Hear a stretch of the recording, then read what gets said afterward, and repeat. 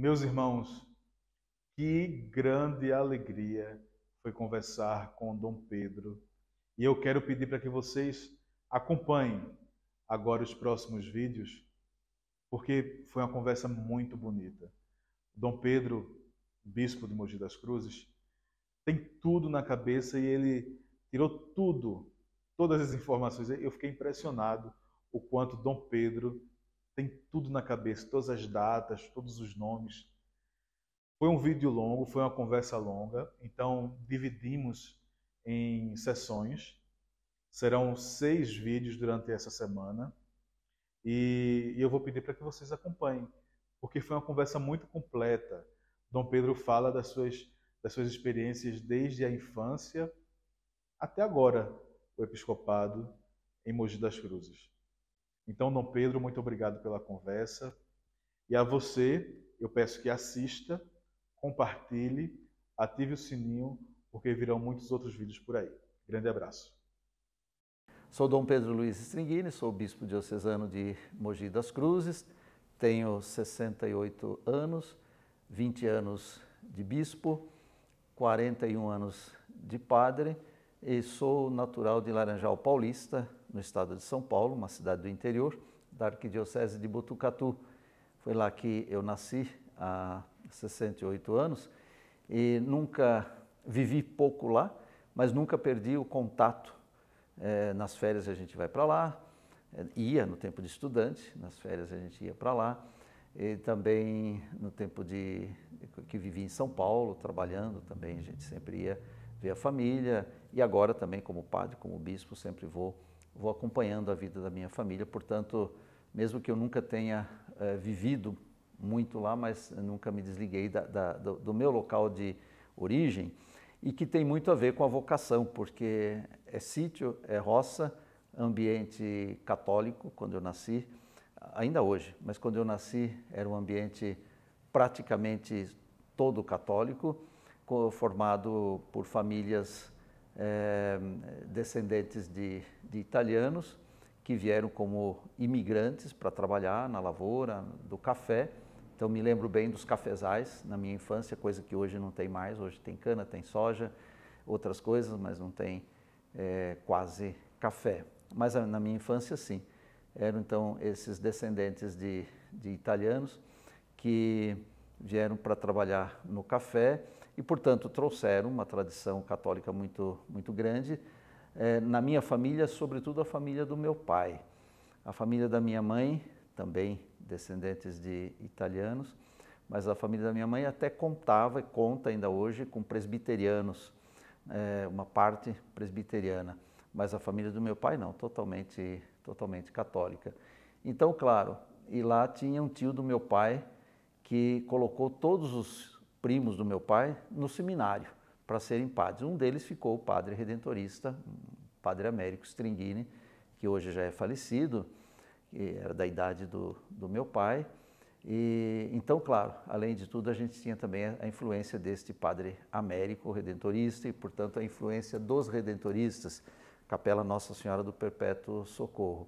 Então, lá que eu passei a minha infância, até os 3 primeiros anos de escola primária, naquele tempo se chamava primária, aquilo que hoje se chama fundamental, e passei os 3 primeiros anos de escola lá, no sítio, no bairro da Boa Vista, e, portanto, eu posso dizer que do ponto de vista cultural, falando, a única realidade que a gente conhecia era a realidade da igreja, que é uma realidade que nos encantava, me encantava, e encanta até hoje, sem dúvida, mas me encantava como criança e também todas as crianças daquele tempo. A gente, aos domingos, ia para o catecismo, ia para o catecismo, assim que a gente falava, ia à catequese, né? As aulas de catequese, a gente dizia, ia para o catecismo.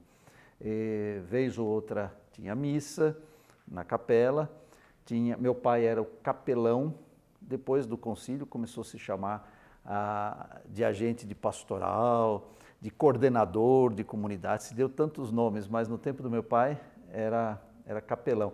Aí eu lembro uma história interessante, que acho que eu já contei para o padre Tiago. Meu pai ia buscar às vezes o padre ou recebia o padre, buscar não porque não tinha carro, o padre vinha de algum jeito, mas recebia o padre, o levava à sacristia, conversava. E eles estavam conversando, meu pai e o padre, até meu pai era falante, até que o padre falou, vai falando, Anselmo, vai falando que eu vou me trocar. Ele ia se paramentar, né? Que eu vou me trocar. Na hora que o padre falou, eu vou me trocar, eu corri, porque eu achei que o padre ia tirar a roupa para pôr a roupa da missa. Eu saí fora, falei, não, o padre vai trocar de roupa. Eu saí. Então, era um pouco o ambiente que eu e outras crianças vivíamos. Sim, eu falava sempre de ser padre, sim, desde criança falava de ser padre. E aí, claro, quando a gente brincava de reza ou brincava de missa, normalmente o padre eu era o padre. E o senhor tinha outros irmãos? Ah, sim, eu sou o primeiro. Naquele tempo eu tinha poucos irmãos, mas depois foi aumentando, porque até que eu já era moço, já estava fora de lá, já morava em São Paulo, e ainda nasceu a última, a última irmã, a Selma. Nós somos 13, éramos 13. Agora meu pai faleceu e um irmão faleceu também no mesmo tempo. Mas somos uma família grande. De modo que aos 10 anos para 11 eu fui para o seminário. E é interessante que com toda essa influência redentorista, Nossa Senhora do Perpétuo Socorro, o primo redentorista, que não só ele ia, mas ele como padre, e às vezes iam outros padres, seminaristas, redentoristas, iam lá na casa deles, que é aquela casa em frente à capelinha Nossa Senhora do Perpétuo Socorro. Mas eu nunca quis ser redentorista, eu sempre quis ser diocesano. Essa distinção, porque eu sabia que tinha os redentoristas, aos quais pertencia o primo padre Américo Stringini, mas que o nosso pároco, o padre Alcides Luvisotto, era um padre diocesano. Eu sabia essa diferença e sabia que nós pertencíamos à diocese de Sorocaba. Hoje pertence a Botucatu, mas naquele tempo pertencia a Sorocaba. Então, com 10 para 11 anos, eu fui para o seminário em Sorocaba. Teve uma irmã que acho que está viva ainda hoje, irmã Aloísia, uma vicentina. Depois eu tenho uma tia também que se tornou vicentina, a irmã Isabel. Mas essa irmã Luísa, até há 2 anos, ela estava ainda viva em Jundiaí. Ela nos preparou para o exame de admissão lá no seminário. Então ela já começou a nos ensinar, a mim e mais 2, 3 que acho que fomos em 4 para o seminário, fomos fazer o exame de admissão e tinha já que saber alguma coisa de latim. Então ela começou a ensinar as declinações, rosa, rosa e rosa, começou a ensinar as declinações em latim, irmã Aloísia. Sim, aí eu fui para o seminário em 1964 e fiquei até 1966 e aí saí, mas não porque quis sair, porque o seminário fechou. Foi aquela interpretação do concílio de que não deveria ter seminário menor. Criança, adolescente tinha que ficar em casa, tinha que depois, como jovem, já consciente, aí que tinha que voltar, aí que tinha que entrar no seminário. E foi assim que começou e que praticamente é até hoje. Hoje há seminários menores que começam a existir de novo. Inclusive nós fizemos aqui também, não prosperou muito, mas fizemos por uns anos, tivemos aqui também na diocese, resultou em diversos frutos, sem dúvida nenhuma, mas foi isso, por isso que então eu voltei lá para o interior para terminar o fundamental e fazer o ensino médio. E aí o senhor ficou quanto tempo no seminário menor? Foram 3 anos. E como foi essa experiência de criança, né? De criança, sim. Bom, primeiro que, claro, era uma novidade, porque sair de Laranjal para Sorocaba, para uma cidade, a última cidade lá da diocese, ou penúltima cidade da diocese, para ir lá na sede da diocese. Hoje, com 1 hora de carro, você chega de Laranjal a Sorocaba. Naquele tempo, imagine para eu ir para o seminário. Meu pai, nós saímos do sítio com a charrete e o cavalo, num dia, à tarde, para dormir na casa do nono, né, o avô, dos avós, em Laranjal. No outro dia, tomar o trem, ir para Sorocaba, aí chegar em Sorocaba à tarde, mas não era o dia de entrar no seminário, era no outro dia. Então, dormi na casa do meu bisavô, Ainda tinha o bisavô, o avô do meu pai, Ernesto, que morava em Sorocaba, dormi na casa. Então, 2 noites dormindo fora para chegar no dia seguinte em Sorocaba. Eu sei que para sair lá do sítio, para me despedir da minha mãe, de uma tia que estava lá, eu já chorei. Uma criança de 10 para 11 anos, já chorei, porque querendo ir, mas ao mesmo tempo sabia que ia ficar distante por alguns meses, porque a gente só voltaria depois na Semana Santa.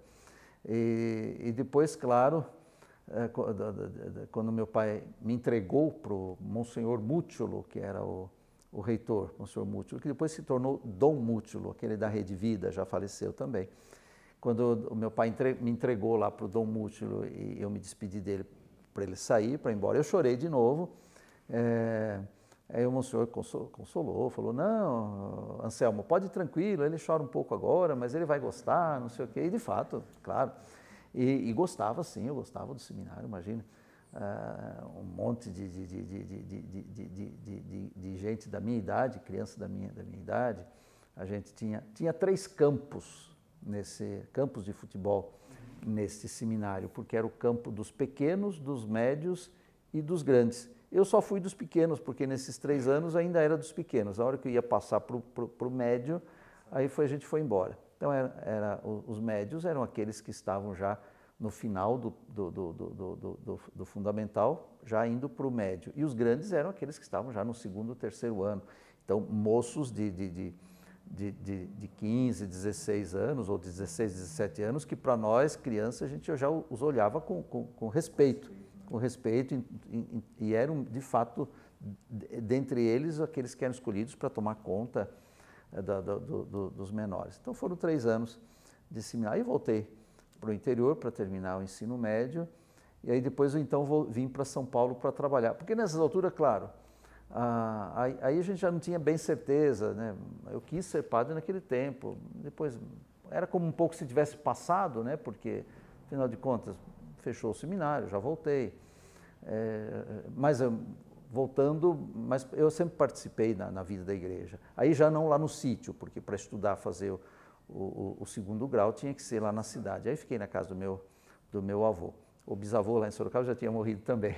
E aí fiquei na casa do avô, então claro que em Laranjal eu participava. Aí foi o tempo do TLC, do grande movimento do TLC, Treinamento de Liderança Cristã, que aqueles encontros de emoção que os jovens faziam, choravam, e se convertiam, os que não eram convertidos. Eu não precisava me converter, não preciso me converter até hoje, sempre, claro, no sentido que a gente tem que se converter, mas não precisava não precisava ter impacto para ser cristão, católico, isso já era desde criança. Então, sempre participei da igreja, claro. E aí, quando vim para São Paulo, também, das primeiras coisas que fui procurar, fui para São Paulo com 18 anos para trabalhar, de fato trabalhei.